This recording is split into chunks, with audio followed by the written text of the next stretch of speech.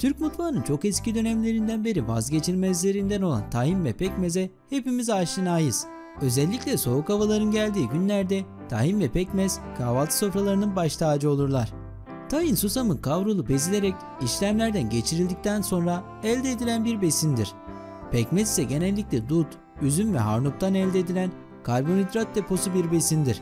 Ancak bu karbonhidratlar sindirimi zorlayan türden karbonhidratlar değildir. Bu nedenle pekmez yenildikten sonra hemen kana karışır ve enerji vermeye başlar.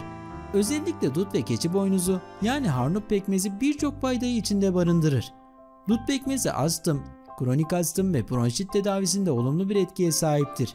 Keçi boynuzu pekmezi ise daha çok kansızlık ve saç dökülmesine karşı iyi gelmesiyle bilinir.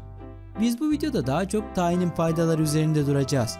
Bu arada karışımda tahin oranının daha fazlası olması gerektiğini unutmayın. En büyük faydayı tahin sağlayacaktır. Her sağlıklı yiyeceğin fazlasını sağlamamız için gizli bir tehlike olduğunu da unutmamalıyız. Tahin hücre yapısını koruyucu özelliği sayesinde kanserli hücrelerle aktif bir şekilde savaşır.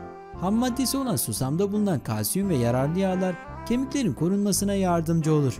Zengin miktardaki kalsiyum içeriği kemiklerin güçlenmesine ve kemik erimesine karşı kemiklerin daha dayanıklı olmasını sağlar.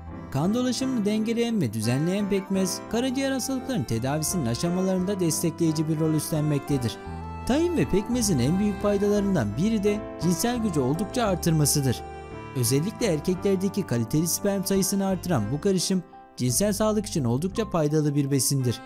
Mide rahatsızlıklarının tedavisinde destekleyici özelliğe sahiptir. Anne sütünü artırdığı da bilinen faydalar arasında yer almaktadır. İltihap söktürücü özelliği de bulunmaktadır. Öksürüğü keser ve balgam söktürücüdür. Tahin aslında cilde ve saçlara da oldukça iyi gelmektedir. Tahinin antioksidan özelliği de bulunduğundan cildi ve saçları korur. Ciltteki erken yaşlanma sorununa da çare olan tahin, başka pek çok cilt hastalığında da etkili olabilmektedir. Bu sayede ciltteki yaşlanmanın geciktirilmesini sağlar. Saç sağlığında tükettiğimiz besinlerin etkisi büyüktür. Tahin içerisindeki kalsiyum ve demir gibi mineraller saç sağlığına oldukça yararlıdır. Doğru şekilde tüketildiği takdirde tahin, saç dökülmesine de iyi gelebilmekte ve dökülmeyi durdurarak saçların sağlıklı bir şekilde gelişmesine katkı sağlamaktadır. Hem yetişkinlerde hem de çocuklarda pamukçuk adı verilen ağız içi yaraların tedavisinde de oldukça etkilidir. Tahin pekmez son dönemlerde keklerde, pastalarda, tatlılarda şeker yerine kullanılmaktadır.